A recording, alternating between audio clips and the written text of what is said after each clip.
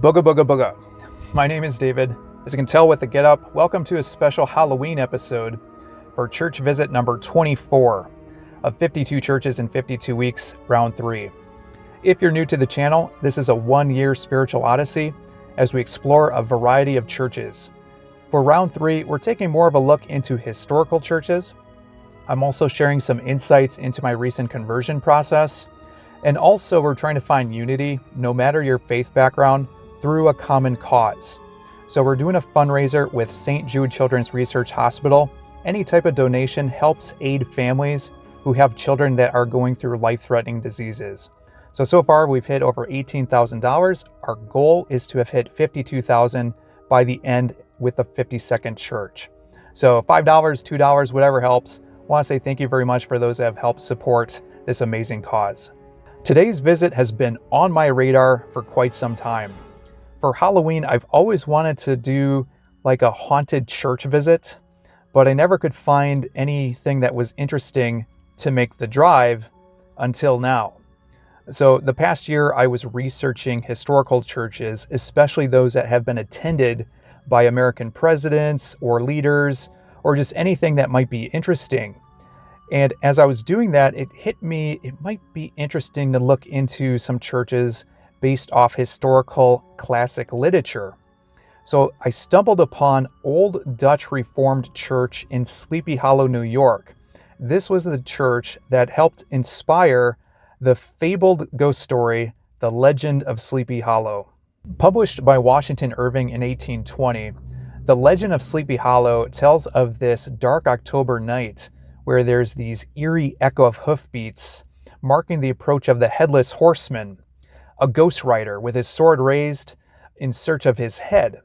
And this figure haunts the roads and churchyard of Old Dutch Reformed Church, pretty much terrifying anyone that comes across his path.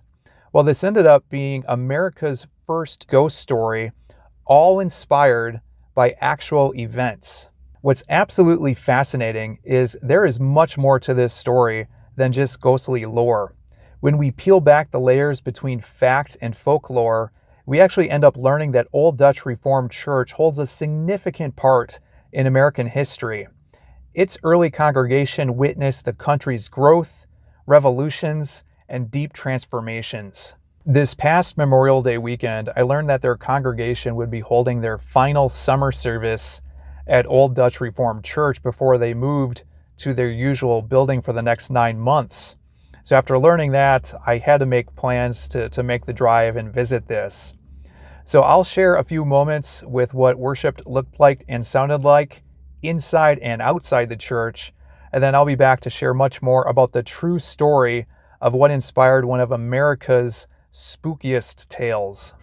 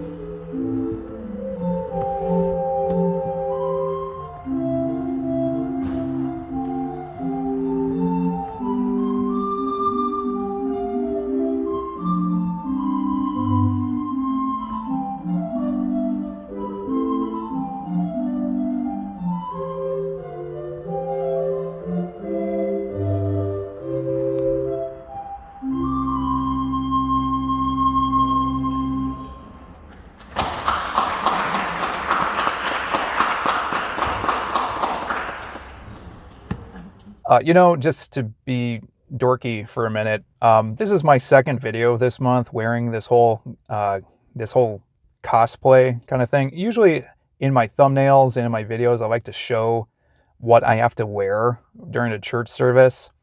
And obviously, I did not wear this at Old Dutch Reformed Church. I just did this because I thought it would be funny and to look like Ichabod Crane with the whole Sleepy Hollow Headless Horseman theme for this video. But after wearing this now for the last few hours, I feel like this look needs a comeback. Maybe that's just me. I don't know. Let me know in the comments below. But where to start with this visit? There is so much to talk about because the inner history buff inside of me just wants to run wild here for a bit. And I'll touch on the true story that inspired the legend of Sleepy Hollow in a bit here. But after service, we had a regent do a bit of a 45-minute presentation that really kind of showed us the history of the church, the area, everything around it.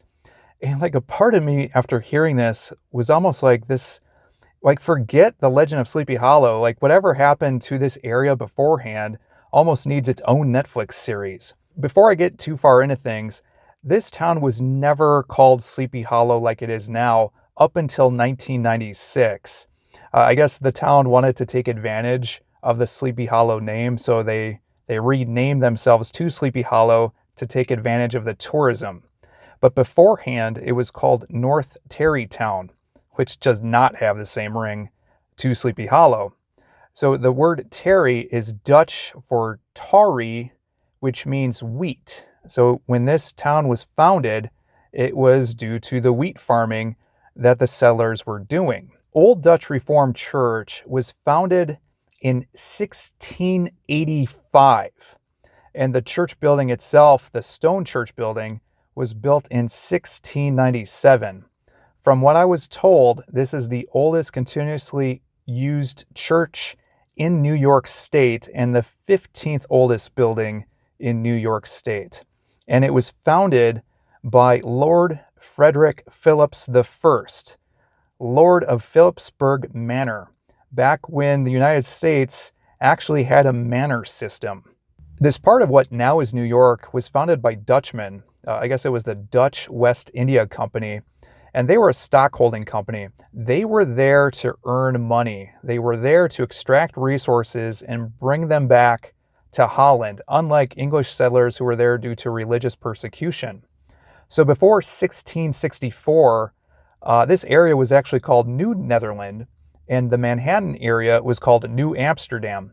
After 1664, that's when the British Crown took control of the colony and renamed it to New York after the Duke of York. So when talking about this area, you have to talk about Frederick Philipse I. He arrived in the New World in 1653. He was in his 20s. He started off as a merchant trader, and then he eventually started to buy a property. He eventually got married to Margaret Hardenbroek. Now here's what's interesting about women from the Netherlands.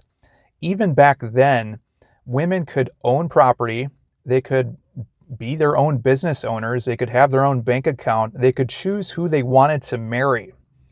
So Margaret Hardenbroek, she arrived with about 100 other women. They were called sea merchants, and she started to collect debts for her uncle back in Holland. Well, eventually she got married in 1659 to a wealthy gentleman called Peter de Vries. They had a daughter, and eventually he passed away very soon. So she could inherit all of his wealth. So as a widow, eventually she married Frederick Philipse I, and they just created this huge empire. So typically also back then, Dutch women, they would take on 50% of the estate, and then the other 50% would go to the sons and daughters. With Eva, because the daughter was so young, Frederick Philipse I adopted her as his heir. So as a result, all the fortunes were combined. So this family created an empire that stretched 21 miles along the Hudson River coastline, 55,000 acres. When you think about New York being owned by one family, like to the size of this area is absolutely mind-boggling. So just due to the large area of land, what this family did is they started to bring in Dutch settlers to help with, all the kind of farm work. I guess grapes were very popular back then, so they were making a lot of wine. And they essentially offered these settlers rent-free leases. Even with all these new settlers, you need a church. So they built a church, Old Dutch Reformed Church. You also need a cemetery because, people are passing away. So by 1702, that's when Frederick Philipse I passes away. But at this point, the British Crown has recognized him as the Lord of Philipsburg Manor. And as a result, they are the wealthiest in New York State by a ton. So you may be wondering, what happened? Well, after Frederick Philipse I passed away, the estate got passed down to Frederick Philipse II, who passed away in 1751, and then it was passed to Frederick Philipse III, who massively screwed up.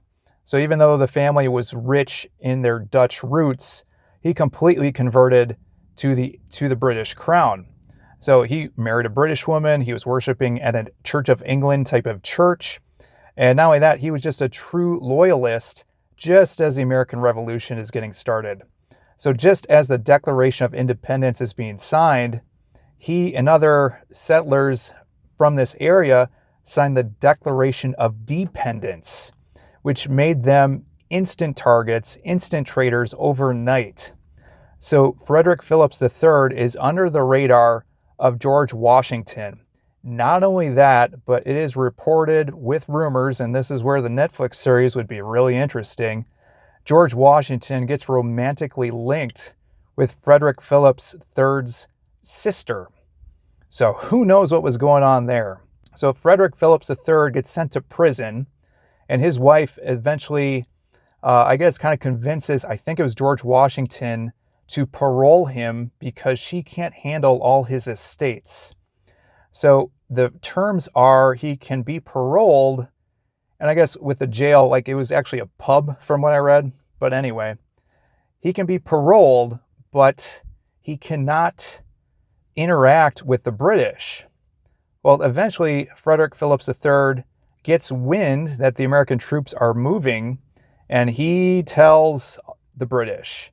And a spy catches wind of this, and Frederick Philipse III, he is a dead man walking. So as a revolution wraps up, he evacuates with the British back to England. And as a result, you have all this land that is the owner is not around. So the New York Commission decides to forfeit all this 55,000 acres, and almost overnight, all these tenants are landowners. Absolutely wild. So you may be wondering, okay, what does this have to do with the legend of Sleepy Hollow and the Headless Horseman? Well, the Headless Horseman is symbolic of many tales, because a Headless Horseman is a Hessian soldier from the American Revolutionary War. What's a Hessian? Well, during this time, and one of the big grievances against King George from this time period is he hired mercenaries, these German soldiers, these Hessians. And these were fighters. They had uniforms, they knew how to ride a horse, they knew how to use weapons. These guys were the top grade military of that time period. So King George brought these Hessian soldiers into this area, and as a result, they weren't getting paid. So oftentimes they were looting both sides, either the loyalists or the patriots. So here you have North Tarrytown, what today is Sleepy Hollow, in Westchester County. These are farmers. They're in this neutral spot. And on one side, you have the Patriots and the American forces. On the other side, you have the British forces. So with these neighbors, it is an intense period of spycraft. You don't know if your neighbor is either for the revolution or against the revolution. So with all of that going on in the background, then you introduce Hessian soldiers, men that know how to survive, who know how to fight, but they're unpaid, so they have to figure out how to loot and wreak havoc. And around this time, November 11th, 1777, is when the Hessian soldiers burned to the ground the Van Tassel family farm. And Elizabeth Van Tassel, she cannot find her baby, and she is going crazy. A Hessian soldier, fortunately, grabs her and reunites her with her baby, and he gives her a comforter for the night. And later on, after the house is burned down, I guess one of the nearby horses actually escaped and returned to the family farm.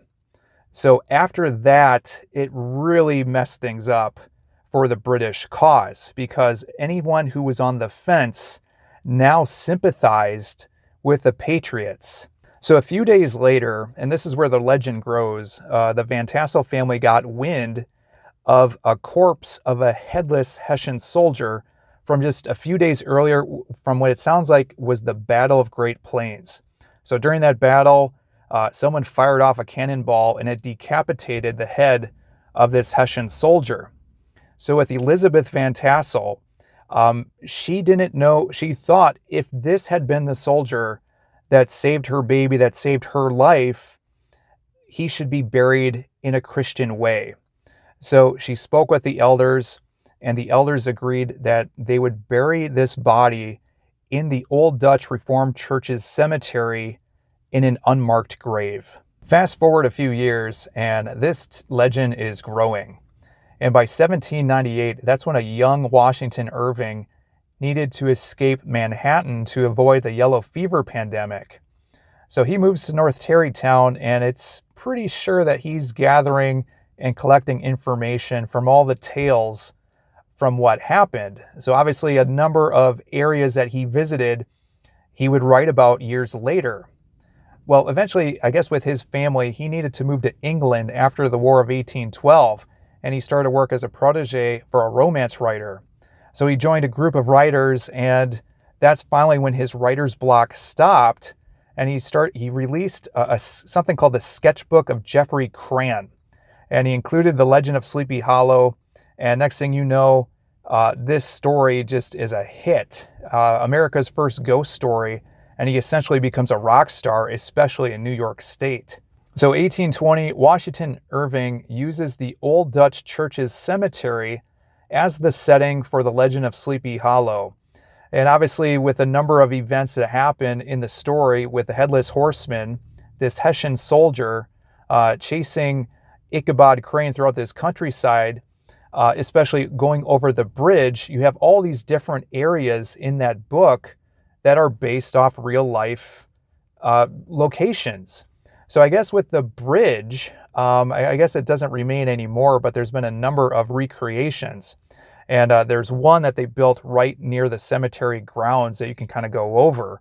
So this story has elevated Old Dutch Reformed Church from a historical church site into one that's kind of legendary, just due to this ghost story that has really had a strong influence on Halloween in the United States. I won't say too much about the church service. Before, during, and after, I met a number of great people. I got a bulletin as well. So they meet at Old Dutch Reformed Church during the summer. Then the other 9 months, they meet at their other church building, which is the Reformed Church of the Tarrytowns. On the bell of the Old Dutch Reformed Church, they have a scripture written in Latin of Romans 8:31 that says, "If God is for us, who can be against us?" Our regent also showed a number of interesting items inside the church building, many of which are still from the 17th century. So with the communion table, that is from the 17th century. I guess what happened is they would have settlers who would bring over items from Holland and ship it over into the church, which is just wild to consider that they still have that in the building. Also, one interesting thing is the organ is relatively new. I can't remember based off my conversation how new, but it sounded like it was within the last 20 or 30 years. And what's fascinating about it is there's a number of carvings that are specific for the area with Sleepy Hollow. So there's a few owls carved in to pay homage to Washington Irving. There's also some phoenix symbols as well to kind of show America rising from the ashes from the American Revolutionary War. And there's also beavers carved in. And I guess just due to the early settlers, beaver trade was a big thing for the merchants back then. Also, when it comes to the cemetery, there were a number of different grave markings that I found really interesting.